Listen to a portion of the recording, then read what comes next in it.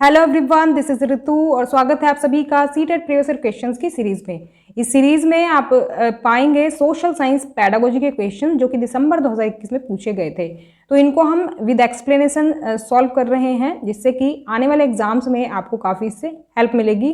और अच्छे से कंसेप्ट जब क्लियर होगा तो एग्जाम्स में जैसे भी क्वेश्चन पूछ लिए जाएँ आप उसका आंसर ईजिली कर पाएंगे। आज हम क्वेश्चन पेपर जो देखेंगे वो है 27 दिसंबर 2021 का, और इसके कुछ क्वेश्चंस हम ऑलरेडी डिस्कस कर भी चुके हैं। तो बाकी के कुछ क्वेश्चंस इस वीडियो में डिस्कस करेंगे, फिर ये क्वेश्चन पेपर कंप्लीट हो जाएगा। कंटेंट वाला पार्ट मैं ऑलरेडी इसके करा चुकी हूँ, तो आपको ये वीडियो एक में ही मिल जाएगा। तो you can also follow me social media, Facebook page, Insta ID और टेलीग्राम चैनल, सभी का लिंक आपको डिस्क्रिप्शन मिल जाएगा। फर्स्ट क्वेश्चन है आज की क्लास का, सामग्री की दृष्टि से उच्च प्राथमिक सामाजिक विज्ञान की कक्षाएं डैश के लिए अवसर प्रदान करती है। उच्च प्राथमिक जो कक्षाएं होती हैं सामाजिक विज्ञान की, वो किस चीज़ के अपॉर्चुनिटीज प्रोवाइड कराती हैं, ये हमसे पूछा गया है। सही ऑप्शन की बात करें तो ये हो जाएगा ऑप्शन नंबर 3, ए, सी, डी और ई। बी को छोड़ करके बाकी सभी जो अवसर हैं ये प्रोवाइड कराती हैं, तो बी हटा देंगे। देखो, रोट मेमोराइजेशन की जहाँ बात होती है तो कोई भी, चाहे सामाजिक विज्ञान का सब्जेक्ट हो या तो फिर कोई और सब्जेक्ट हो, इसको हम कभी सपोर्ट नहीं करते। रट कर याद करना मतलब कोई चीज़ समझी नहीं है, बच्चे ने रट लिया है जिसको कि वो कुछ टाइम बाद भूल जाएगा। तो रटना एक तरह से टेम्परेरी लर्निंग होती है, वो लर्निंग भी नहीं कहेंगे, बल्कि हम उसे एक तरह से रट करके चीज़ें याद करना हो जाता है वो, जो कि हम कुछ टाइम बाद भूल जाते हैं, ना उसमें कुछ समझ रहता है ना कुछ नॉलेज उसमें गेन करता है बच्चा। तो ये जो बाकी के ऑप्शन हैं ये सही हो जाएगा इसमें। अब देखो, जब सोशल साइंस की बात करते हैं तो उसमें आपका सबसे पहला जो आपको पॉइंट ध्यान आना चाहिए वो होना चाहिए सोशल लाइफ। सोशल लाइफ के बारे में ही हम ज़्यादातर सोशल साइंस के अंदर बच्चों को पढ़ाते हैं। तो इसमें आ जाता है क्या, विश्लेषणात्मक, सामाजिक और सांस्कृतिक कौशल विकसित करना, एनालिटिकल स्किल उसके अंदर डेवलप करते हैं, जिससे वो चीज़ों को या फिर प्रॉब्लम्स को टुकड़ों में तोड़ करके देख सके और किसी निष्कर्ष पर पहुंच सके। सोशल और कल्चरल स्किल्स, भाई सोशल लाइफ कैसी है, हमारी सोसाइटी कैसी है, क्या हमारा कल्चर है, ये सभी जो स्किल्स हैं, या फिर स्किल्स मतलब होता है कि सोसाइटी में कैसे रहना है, बेहतर सोशल प्राणी वो बच्चा बन सके, उसके लिए हम स्किल्स डेवलप करते हैं। राजनीतिक वास्तविकताओं से परिचय हम कराते हैं, पॉलिटिकल जो रियलिटीज़ हैं क्या क्या होता है, और सौंदर्य बोध संबंधी संवेदनाओं में वृद्धि होती है, एनहेंसमेंट ऑफ एस्थेटिक सेंसिबिलिटीज़, पढ़ने और लिखने की क्षमता विकसित करना। तो ये सभी जो चीज़ें हैं ये हम इन सब चीज़ों का अवसर प्रदान करते हैं सोशल साइंस की क्लासेस के थ्रू। नेक्स्ट क्वेश्चन, निम्नलिखित में से कौन सा एक विषय के रूप में सामाजिक विज्ञान के बारे में गलत धारणा है? Which of the following is a misconception about social science as a subject. देखो, जब हम सोशल साइंस को ऐसा सब्जेक्ट देखते हैं तो क्या गलत धारणा उसके बारे में बनी हुई है ये बताना है। अगर हम सही ऑप्शन की बात करें तो इसमें हो जाएगा ऑप्शन नंबर 3, सामाजिक विज्ञान सामान्य ज्ञान के तथ्यों का एक बॉक्स है जिसे रटकर सीखा जा सकता है। Social science is a box full of general knowledge facts to be learn by rote. देखो, रटकर सीखने को हम कभी भी बढ़ावा नहीं देते हैं, तो ये तो ऑप्शन देखते ही एलिमिनेट हो जाना चाहिए था। तो क्योंकि हमसे गलत धारणा पूछी गई है तो थर्ड ऑप्शन हो जाएगा। अब देखो, जो हिस्ट्री है, हिस्ट्री देखो, जनरल नॉलेज की बात करें, सोशल साइंस में 4 सब्जेक्ट इंक्लूड होते हैं, लेकिन जो आप पढ़ते हैं अपने एग्जाम के लिए तो उसमें 3 शामिल हैं, हिस्ट्री, ज्योग्राफी और पॉलिटी। अगर आप उनको रट लें तो क्या उसको सीख सकते हैं आप? जो प्रशासन है उसके बारे में क्या सीख सकते हैं रट करके? तो रट कर कुछ भी नहीं सीखा जा सकता। हिस्ट्री जो है, हिस्ट्री में क्या चीज़ें कैसे हुई वो रट कर नहीं सीखी जा सकती। तो अगर आप एक तरह से कंसेप्ट समझ लेंगे किसी भी चीज़ का तो ही आप उसको अच्छे से समझ पाएंगे और उसको लंबे समय तक याद रख पाएंगे। तो ये जो है थर्ड ऑप्शन इसमें हो जाएगा सही इसके हिसाब से। नेक्स्ट क्वेश्चन है, यदि कोई मुद्दा कक्षा के भीतर विवादास्पद चर्चा की ओर ले जाता है तो ऐसी स्थिति में एक शिक्षक से क्या करने की अपेक्षा की जाती है? Even any issue leads to continuous discussion within the classroom then what is expected from a teacher to do in such a situation. देखो, जब कोई बात बढ़ जाती है विवाद की तरफ तो वो टीचर को क्या करना चाहिए? इसमें हो जाएगा ऑप्शन नंबर 4, बी और सी। तो बी और सी जो ऑप्शंस हैं वो टीचर जो है अपना सकता है क्या, ये पहला जो है इसमें नहीं होगा। शिक्षक सभी छात्रों को चुप करा दे और चर्चा को अगली बार के लिए टाल दे। देखो, जब किसी टॉपिक पर हम डिस्कशन कर रहे हैं तो उसमें ऐसा तो नहीं है ना, अगर डिबेट छिड़ जाती है और कोई विवाद हो जाता है तो ऐसा तो नहीं है कि हम उस टॉपिक को बंद कर दें और दूसरा टॉपिक स्टार्ट कर दें और कह दें कि चलो अब इसको बंद करो, अब तुम्हें इस पर डिस्कशन नहीं करना, अब इसको बाद में करेंगे। तो ऐसा हम नहीं करेंगे, बल्कि ऐसे मुद्दों पर चर्चा करने के लिए शिक्षक को सम्मानजनक नियम निर्धारित करने चाहिए, यानी कि जिससे विवाद क्रिएट ना हो, ऐसा टीचर को करना चाहिए। शिक्षक को यह सुनिश्चित करना चाहिए कि कोई भी बच्चा चर्चा में भाग लेने से ना छूटे। सभी बच्चों को शामिल करना ज़रूरी है डिस्कशन में। अगर कोई छूट जाता है तो फिर वही है, वो उसका वो जो मानसिक जो डेवलपमेंट है वो नहीं हो पाएगा, क्योंकि डिस्कशन में जितने ज़्यादा बच्चे शामिल होंगे, मतलब ज़्यादा से ज़्यादा या फिर सभी हम कहें, तो उतना ही उनका डेवलपमेंट भी होगा। डिस्कशन से सबसे अच्छे तरीके से सीखते हैं बच्चे। तो बी और सी इसमें सही होना चाहिए। नेक्स्ट क्वेश्चन में 2 स्टेटमेंट्स दी हुई हैं और आपको चूज करना है कि करेक्ट है कि नहीं है। सही ऑप्शन की बात करें तो ये हो जाएगा option number 1, both A and B are true and B is the correct explanation of A. पहला क्या है स्टेटमेंट, आपके शोध प्रश्न के आधार पर एक द्वितीय स्रोत प्राथमिक स्रोत बन सकता है। A secondary source could become a primary source depending on your research question. अगर जो आपका प्रश्न जो है किस तरह से आप पूछ रहे हैं, तो वो जो है सेकेंडरी सोर्स होते हुए भी क्या बन जाएगा, वो प्राइमरी सोर्स हो जाएगा। ये सही है। और कथन बी की अगर हम बात करें, यदि आप राष्ट्रीय आंदोलन के कारणों पर शोध कर रहे हैं, राष्ट्रीय आंदोलन क्यों हुआ, तो राष्ट्रीय आंदोलन के बारे में एक वृत्तचित्र मतलब डॉक्यूमेंट्री जो होती है, जो रियलिटी को दिखाती है, एक वृत्तचित्र एक माध्यमिक स्रोत होगा। लेकिन यदि आप ऐतिहासिक वृत्तचित्रों में प्रयुक्त फिल्म निर्माण तकनीकों के बारे में शोध कर रहे हैं तो ये एक प्राथमिक स्रोत होगा। देखो, इसको मैं समझा देती हूँ। इसमें देखो, एक ही चीज़ को हमें 2 तरीके से बता दिया है कि जो नेशनल मूवमेंट पर अगर डॉक्यूमेंट्री दिखाई जा रही है तो वो सेकेंडरी सोर्स भी हो सकती है और प्राइमरी सोर्स भी हो सकती है। सेकेंडरी और प्राइमरी क्या होता है, देखो पहले मैं इसको बता देती हूँ फिर इसको समझाऊंगी।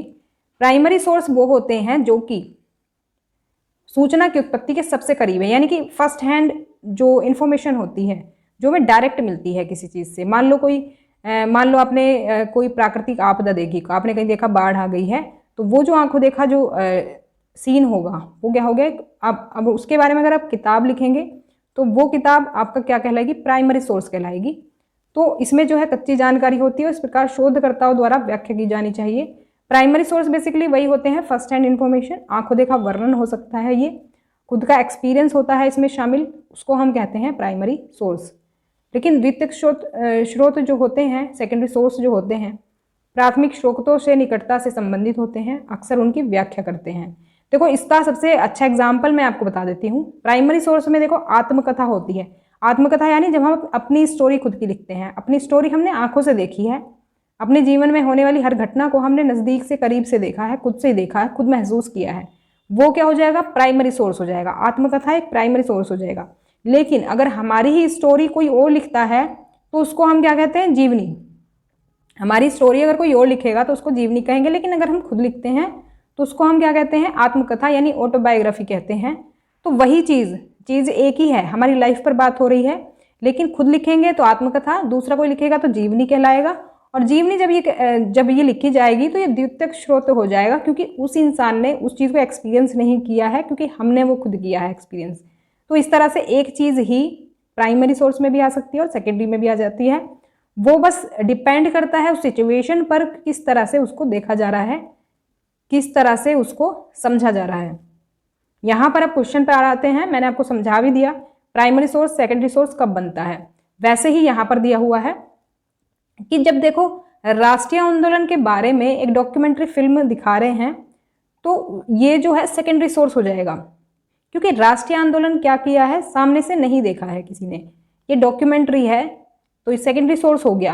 यानी कि फर्स्ट हैंड इन्फॉर्मेशन नहीं है, किसी ने वो राष्ट्रीय आंदोलन शूट नहीं किया है, बल्कि उसकी स्टोरी के आधार पर एक डॉक्यूमेंट्री बनाई गई है। तो क्या होगा, ये सेकेंडरी सोर्स हो गया, फर्स्ट हैंड इन्फॉर्मेशन नहीं है ये। लेकिन ये प्राइमरी सोर्स कब बन जाएगा, ये डॉक्यूमेंट्री। अगर इस डॉक्यूमेंट्री पर देखो राष्ट्रीय आंदोलन तो उसमें आ गया, राष्ट्रीय आंदोलन की यहाँ मैं बात नहीं कर रही हूँ प्राइमरी सोर्स में। अब अगर आप डॉक्यूमेंट्री के बारे में कुछ शोध करते हैं कि भाई ये डॉक्यूमेंट्री कैसे बनाई गई, किस तरह से इसकी फिल्म बनाई गई, क्या क्या टेक्नोलॉजीज टेक्निक इसमें इस्तेमाल हुई, तो अब क्या कर रहे हैं, आप खुद से उसका एक्सपीरियंस ले रहे हैं डॉक्यूमेंट्री का। डॉक्यूमेंट्री के बारे में अगर आप रिसर्च कर रहे हैं कुछ, तो वो हो जाएगा प्राइमरी सोर्स। समझ में आई होगी आपको ये बात। सेकेंडरी सोर्स कब था, जब राष्ट्रीय आंदोलन के बारे में डॉक्यूमेंट्री बनी, क्योंकि डॉक्यूमेंट्री वो एक स्टोरी पर बेस्ड थी, राष्ट्रीय आंदोलन किसी ने देखा नहीं था, तो इसलिए वो सेकेंडरी में आई। लेकिन जब आप फिल्म निर्माण की टेक्निक्स पर कोई चीज़ मतलब डिस्कवरी कर रहे हैं, रिसर्च कर रहे हैं, तो वो चीज़ क्या होगी, वो होगी प्राइमरी सोर्स। तो उम्मीद है आपको ये चीज़ समझ में आई होगी। अब आगे बढ़ते हैं, ये हमने समझ लिया। नेक्स्ट क्वेश्चन है, दिल्ली में एक शिक्षिका चाहती है कि उसके छात्र सहारा रेगिस्तान के लोगों के जीवन के बारे में जानें, इसलिए वह अपने विद्यार्थियों को क्या कार्य दे सकती है। देखो यहाँ पर आपको एक चीज़ ध्यान रखनी है, यहाँ पर हमें लोकेशन दी है, कहाँ की, दिल्ली की लोकेशन दी है। अब दिल्ली से देखो इसका ऑप्शन नंबर 3 सही हो जाएगा, ए और सी, पहला और तीसरा। अब यहाँ पर देखो आप कंफ्यूज हो सकते हैं। अब आप कहेंगे कि मैम आपने तो कहा था कि फील्ड विजिट जो है काफ़ी इफेक्टिव रहती है सोशल साइंस टीचिंग में, लेकिन हमें सिचुएशन भी देखनी होगी अगर हम किसी चीज़ का आंसर कर रहे हैं। तो ऐसा नहीं आंख बंद करके फील्ड विजिट अगर दिया है तो बस टिक कर देंगे और काम खत्म। फील्ड विजिट इसलिए नहीं आएगा, देखो फील्ड विजिट पर हम जब जा सकते हैं जो हमारी पहुंच के दायरे में आता हो। अब दिल्ली में शिक्षिका चाहती है कि बच्चे सहारा रेगिस्तान के बारे में पढ़ें, तो दिल्ली से तो ये बहुत दूर पड़ेगा, अफ्रीका कॉन्टिनेंट में ये पड़ता है सहारा रेगिस्तान। अब अफ्रीका कॉन्टिनेंट थोड़ी ना बच्चों को लेकर के जाएंगे। हाँ, अगर दिल्ली के आसपास कोई एरिया होता, मान लो जू की बात होती या फिर कोई नेशनल पार्क की बात होती जो कि दिल्ली के आसपास कहीं है, तो वहाँ पर हम बच्चों को ले जा सकते थे, वहाँ फील्ड विजिट इफेक्टिव रहता।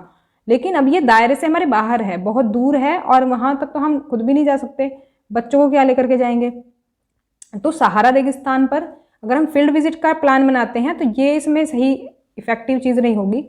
इसके लिए जो हम कह सकते हैं सही चीज़ रहेगी वो रहेगी, द्वितीयक स्रोतों के आधार पर एक परियोजना तैयार करें। अब सेकेंडरी सोर्स मैंने बता ही दिया, जिसमें सेकेंड हैंड जो नॉलेज होती है जो हमें किसी और सोर्स से मिलती है, तो हम किसी और सोर्स से इसकी जानकारी ले सकते हैं, एक प्रोजेक्ट बना सकते हैं, उसके हिसाब से बच्चों को बता सकते हैं कि वहाँ पर लोगों की लाइफ कैसी है। और दूसरा हम कर सकते हैं क्या, सहारा रेगिस्तान पर एक वृत्त चित्र दिखाएं, डॉक्यूमेंट्री दिखाएं। डॉक्यूमेंट्री एक फिल्म की तरह होती है जो बिल्कुल ऐसे ही प्रेजेंट करती है जैसे वहाँ पर लोग रह रहे हैं, या फिर वहाँ की ही कुछ क्लिप्स ले ली जाती हैं।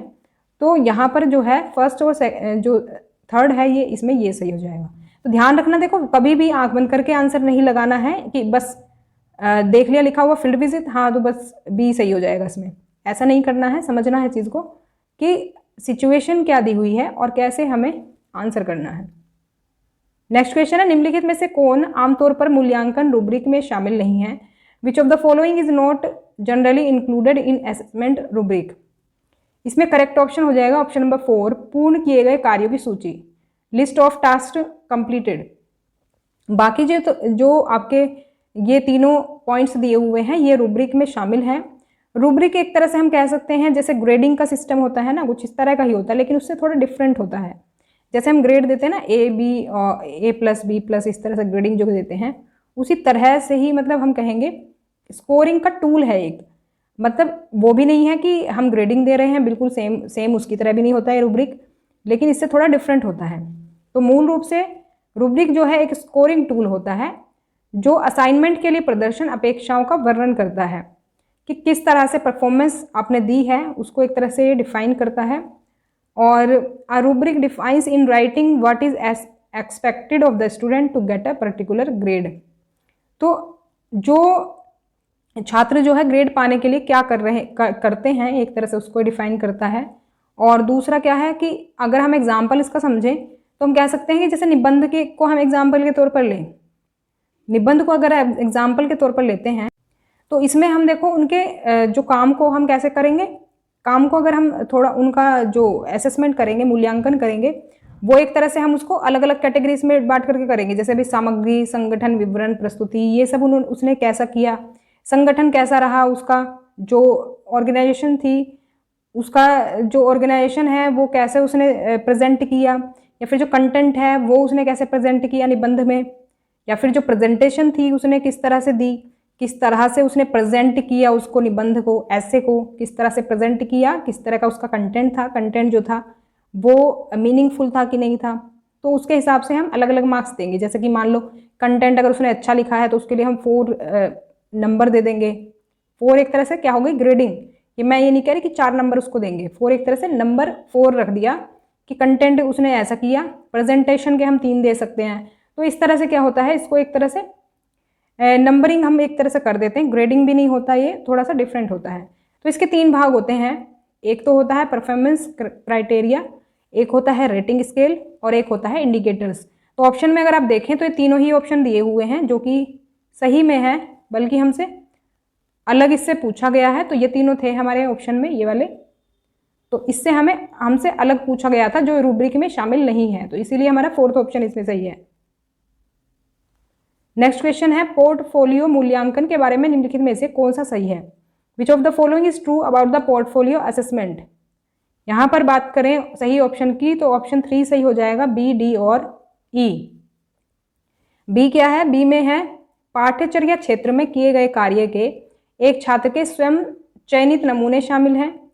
और डी है पाठ्यचर्या क्षेत्र में प्राप्त प्रगति को इंगित करने के लिए छात्र के स्वयं चयनित नमूने शामिल हैं और इसका उपयोग स्कूलों द्वारा छात्रों के प्रमाणीकरण के लिए किया जाता है। देखो, एक तरह से पोर्टफोलियो जो होता है लंबी अवधि के लिए एक तरह से छात्र का मूल्यांकन होता है, असेसमेंट होता है, जिसके आधार पर कि फिर हम उसको क्या करते हैं, फिर उसका हम सर्टिफिकेट देते हैं या फिर जैसे रिजल्ट बनाते हैं ना, उसमें वो ओवरऑल परफॉर्मेंस उसकी देखते हैं। ओवरऑल परफॉर्मेंस हम कह सकते हैं जैसे बच्चा प्रैक्टिकल में कैसा है, बच्चा जो है एक्स्ट्रा करिकुलर जो एक्टिविटीज़ होती हैं उसमें कैसा है, कैरेक्टर उसका कैसा है स्कूल में, मतलब कैसे बिहेव करता है वो सभी से। तो ये सब ओवरऑल चीज़ें होती हैं इसमें पोर्टफोलियो में, जो कि लंबे अवधि के का एक तरह से असेसमेंट होता है। ये हम पूरे साल भर का भी कह सकते हैं, तो पूरे साल भर का भी एक तरह से हो सकता है ये पोर्टफोलियो। तो इसमें ऑप्शन नंबर 3 सही हो जाएगा। तो यहाँ पर हम थोड़ा सा ये परिभाषा के तौर पर मैंने लिख दिया अभी है, आप चाहें तो इसे देख लें। एक पोर्टफोलियो मूल्यांकन एक तरह से छात्र के कार्यों का एक संग्रह है, वही जो मैंने बताया। ओवरऑल चीज़ें हम उसमें देख लेते हैं कि परफॉर्मेंस उसकी कैसी रही, प्रैक्टिकल में वो कैसा है, और ये उन मानकों से जुड़ा होता है जिन्हें आपको सीखने की आवश्यकता होती है। आपको जो पढ़ाया गया है या फिर जो आपने सीखा है उसे प्रतिबिंबित करने के लिए काम का यह संग्रह अक्सर लंबी अवधि में एकत्र किया जाता है। एक तरह से हम डेटा इकट्ठा करते हैं, डेटा वही जो उसका ओवरऑल जो परफॉर्मेंस है बच्चे की वो कैसी रही है, हर फील्ड में हम एक तरह से देखते हैं। वो स्पोर्ट्स में कैसा है, मतलब हर चीज़ में देखते हैं। जैसे कि यहाँ पर भी दिया है, जैसे छात्र निबंध कलाकृति में कैसा है, आर्ट वर्क में कैसा है, मतलब प्रयोगशाला में कहता है, लैब रिपोर्ट में कैसा परफॉर्मेंस है उसकी, या फिर हम बात करें रीडिंग लॉग, ये सभी का डेटा होता है ये। तो एक साथ जो मिल करके ये एक तरह से पोर्टफोलियो हो जाता है, और इसके आधार पर जो है फिर हमें जो हम उसे स्कोरिंग करना चाहते हैं या फिर रिजल्ट उसका बनाना चाहते हैं तो उसकी इसकी हेल्प से हम कर सकते हैं। नेक्स्ट क्वेश्चन है, कौन से मूल्यांकन ढांचे शिक्षार्थियों को उपलब्धि की भावना प्रदान करते हैं और उन्हें ये जानने में मदद करते हैं कि वे कहाँ हैं और उन्हें कहाँ होना चाहिए, और उनके नियमित अंतराल पर अपनी प्रगति को साझा करने की आवश्यकता है। देखो, इसमें सबसे सही जो ऑप्शन होगा ऑप्शन नंबर 3 हो जाएगा, बी और ई। यहाँ पर मैंने देखो बताया था आपको, जो फॉर्मेटिव असेसमेंट होता है, जो क्लास के बीच में टेस्ट वगैरह होते हैं, प्री बोर्ड वगैरह होते हैं, तो वो क्लास के दौरान होता है, वो आपकी लर्निंग के दौरान होता है। तो लर्निंग के दौरान जो होता है असेसमेंट, उसको हम कहते हैं क्या, फॉर्मेटिव असेसमेंट। इसमें आपके मंथली टेस्ट इंक्लूड हो सकते हैं या फिर हाफ ईयरली टेस्ट इंक्लूड हो सकते हैं, हाफ ईयरली एग्जाम्स जो होते हैं। तो ये एक तरह से साल के बीच में होता रहता है, मतलब लगातार, मतलब एक नियमित अंतराल पर, जैसे कि यहाँ दिया है नियमित अंतराल पर ये होता रहता है। टेस्ट इसमें इंक्लूड हो सकते हैं, एग्जाम्स इंक्लूड हो सकते हैं ईयर के बीच में। सबमिटिव वो ईयर के एंड में होता है ये वाला, लेकिन इसमें नहीं है ये। तो इसमें हमारा बी और ई होगा। सीखने के लिए आकलन भी इसको कहते हैं, फॉर्मेटिव असेसमेंट को ही असेसमेंट फॉर लर्निंग भी कहते हैं, क्योंकि हम बीच में ही बच्चे के बारे में जानना चाहते हैं या फिर ये जानने में मदद करते हैं कि बच्चा किस स्टेज पर है, कहाँ है, मतलब किस स्टेज पर है, कितना उसने सीख लिया है, कितना उसे सीखने की ज़रूरत है। एक तरह से हम इसको पता करके डायग्नोज करते हैं, और अगर कोई प्रॉब्लम है लर्निंग में तो उसको दूर करने की कोशिश भी करते हैं। तो यहाँ पर ऑप्शन नंबर 3 सही हो जाएगा। नेक्स्ट क्वेश्चन है, इस प्रश्न में किस संज्ञानात्मक क्षेत्र का मूल्यांकन किया गया है? बौद्ध और जैन धर्म के शिक्षण में समानता और अंतर की जांच करें। तो यहाँ पर सही ऑप्शन होगा ऑप्शन नंबर 3, एनालाइज। एनालाइज हम करेंगे इसके लिए, क्योंकि देखो जब हम दो चीज़ों में अंतर अगर करना चाहते हैं या फिर समानता दिखाना चाहते हैं तो उसको हम क्या करेंगे, छोटे छोटे भागों में बांटते हैं, छोटे छोटे पॉइंट इसके देखेंगे ना, हर चीज़ को हम देखेंगे कि बौद्ध धर्म में टीचिंग्स क्या थी, शिक्षाएं क्या दी गई थी, बौद्ध धर्म के जो नियम थे वो क्या थे, या फिर जैन धर्म के नियम क्या थे, उन सबको देख करके फिर हम एक निष्कर्ष पर पहुंचेंगे कि भाई दोनों में ये अंतर है और ये समानता है। तो हमने क्या किया, हमने छोटे छोटे भागों में इसको बांटा, हर पहलू की जांच करी कि बौद्ध धर्म और जैन धर्म में मतलब कि किस तरह से भगवान की पूजा होती है, किस तरह से इसमें नियम बनाए गए हैं, किस तरह से इसमें मूर्ति पूजा है कि नहीं है, दोनों मतलब सारे पॉइंट्स को हम इसमें देखते हैं। तो एक तरह से क्या किया हमने, छोटे छोटे भागों में इसको बांटा। उसके बाद चाहे हम समानता देखें, सिमिलैरिटीज़ देखें या तो फिर डिफरेंस देखें, दोनों में से कुछ भी हम देख सकते हैं।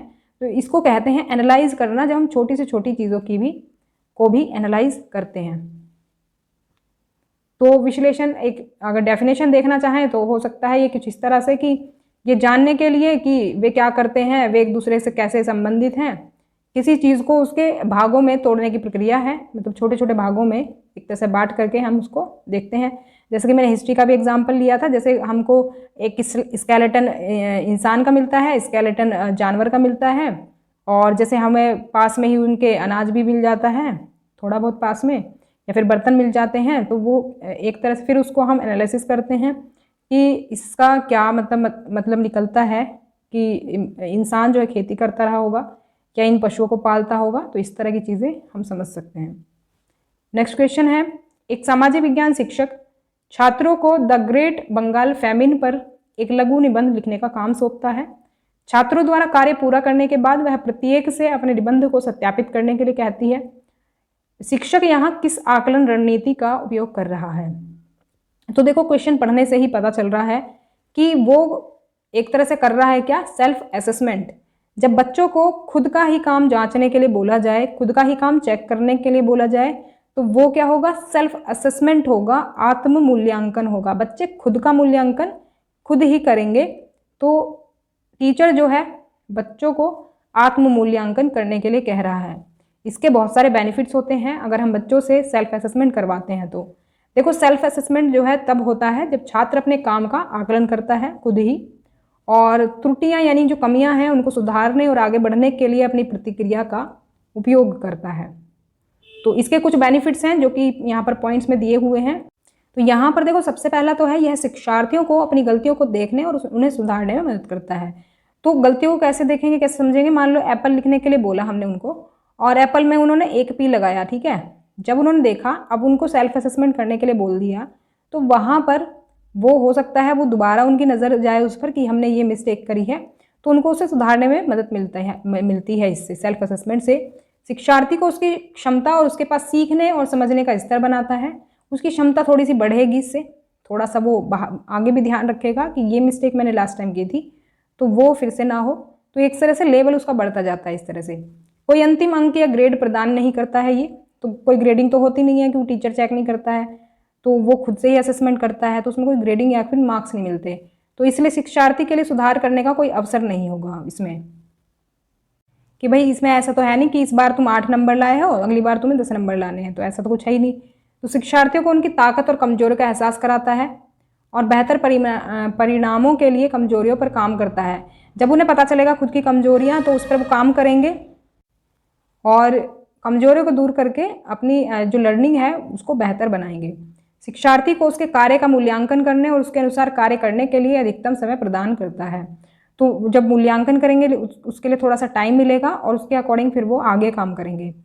तो ये थे हमारे आज के क्वेश्चंस और आज की क्लास आपको कैसी लगी कमेंट करके ज़रूर बताएं। If you have any query then please ask me in comment section. और वीडियो अगर पसंद आई हो तो लाइक करें, शेयर करें और सब्सक्राइब भी कर लें चैनल को। शेयर करना बहुत ज़रूरी है, ज़्यादा से ज़्यादा लोगों तक पहुंचाएं। बहुत लोगों को अभी पता ही नहीं है मेरी क्लासेस के बारे में, क्योंकि यूट्यूब पर कहीं ऐसी क्वालिटी वीडियोस मिलती नहीं है सोशल साइंस के लिए या तो फिर पेड कोर्सेज मिलेंगे और फ्री में क्लासेस बहुत ही कम, मतलब मुझे तो लगता नहीं है किसी और की क्लासेस हैं पैडागोजी की स्पेशली। तो पैडागोजी में बहुत डिफिकल्टी आती है लोगों को, तो इसलिए वीडियो को शेयर करें ज़्यादा से ज़्यादा। तो मिलते हैं नेक्स्ट क्लास में, तब तक के लिए stay connected and keep watching study more knowledge. Thanks for watching.